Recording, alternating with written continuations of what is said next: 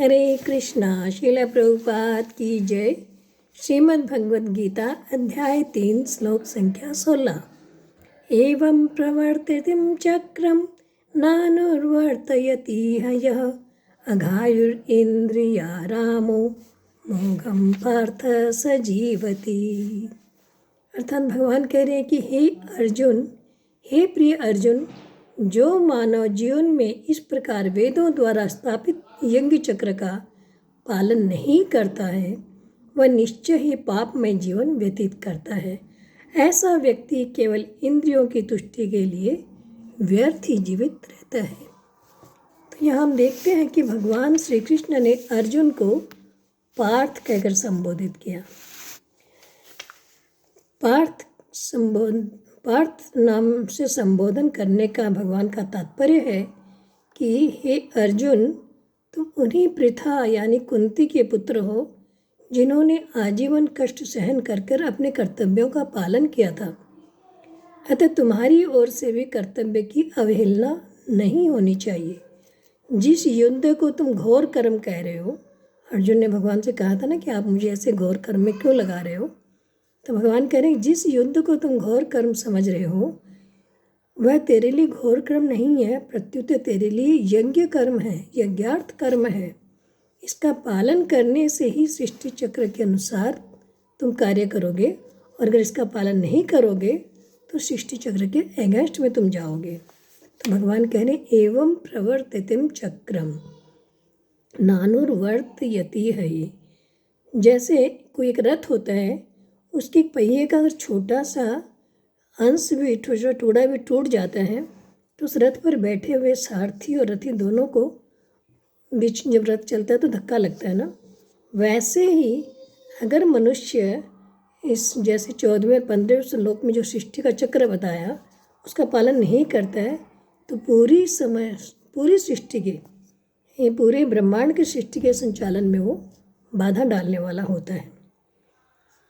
क्योंकि संसार और व्यक्ति दोनों दो वस्तु नहीं है। जैसे शरीर के अंगों के साथ शरीर का घनिष्ठ संबंध रहता है, वैसे ही संसार के साथ व्यक्ति का और व्यक्ति के साथ संसार का घनिष्ठ संबंध रहता है। और जब व्यक्ति कामना, अहमता, ममता आदि त्याग करके अपने कर्तव्य का पालन करता है तो संपूर्ण सृष्टि को स्वतः ही सुख पहुँचाने वाला हो जाता है। यहाँ भगवान ने एक शब्द और कहा, इंद्रिय राम। इंद्रिय राम का मतलब है कि जो मनुष्य कामना, ममता, आसक्ति आदि से युक्त होकर इंद्रियों के द्वारा भोग भोगते रहता है उसे यहाँ भोगों में रमन करने वाला बताया गया है। ऐसे मनुष्यों को शास्त्रों में पशु से भी नीचा बताया गया है, क्योंकि पशु कोई नया पाप नहीं करता, तो पहले किए गए पापों का भोग करता है और धीरे धीरे वो शुद्ध होता है। परंतु ऐसे जो इंद्रिय राम व्यक्ति है वो नए नए पाप करके सृष्टि चक्र में बाधा उत्पन्न करते हैं और सृष्टि को भी दुख पहुंचाते हैं। फिर यहाँ भगवान ने एक शब्द और यूज किया, अघायु, यानी पाप में पूर्ण जीवन है जिसका। सृष्टि चक्र के अनुसार जो नहीं चलता है उस मनुष्य की आयु उसके लिए पाप में जीवन है। कारण कि इंद्रियों के द्वारा भोग बुद्धि में अगर भोग में लगा रहता है तो मनुष्य के हिंसा रूप पाप से बच नहीं सकता।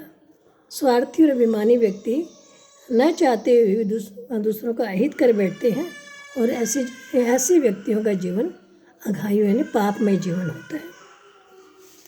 उसके बाद भगवान बता रहे मोघम पार्थ स जीवति। अपने कर्तव्य का पालन न करने वाले मनुष्य की सभ्य भाषा में निंदा करते हुए भगवान कहते हैं कि ऐसा मनुष्य संसार में व्यर्थ ही जीता है, अर्थात कि वो मर ही जाए तो अच्छा है। तात्पर्य हुआ कि यदि वह अपने कर्तव्य का पालन करके सृष्टि को सुख नहीं पहुंचाता है तो कम से कम उसे दुख तो न पहुंचाए।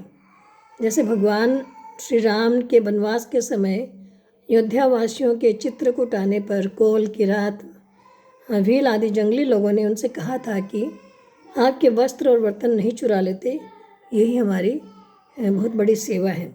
ऐसे ही कर्तव्य पालन न करने वाले मनुष्य कम से कम सृष्टि चक्र में बाधा तो न डाले, तो यही उनकी सेवा हो जाती है। तो भगवान अर्जुन से कहते हैं कि अपने कर्मों से मत भागो, अपने कर्तव्य का पालन करो जिसके द्वारा सृष्टि चक्र में तुम सृष्टि को सुख पहुंचाने वाले बनोगे, अन्यथा तुम घोर पाप करने वाले माने जाओगे।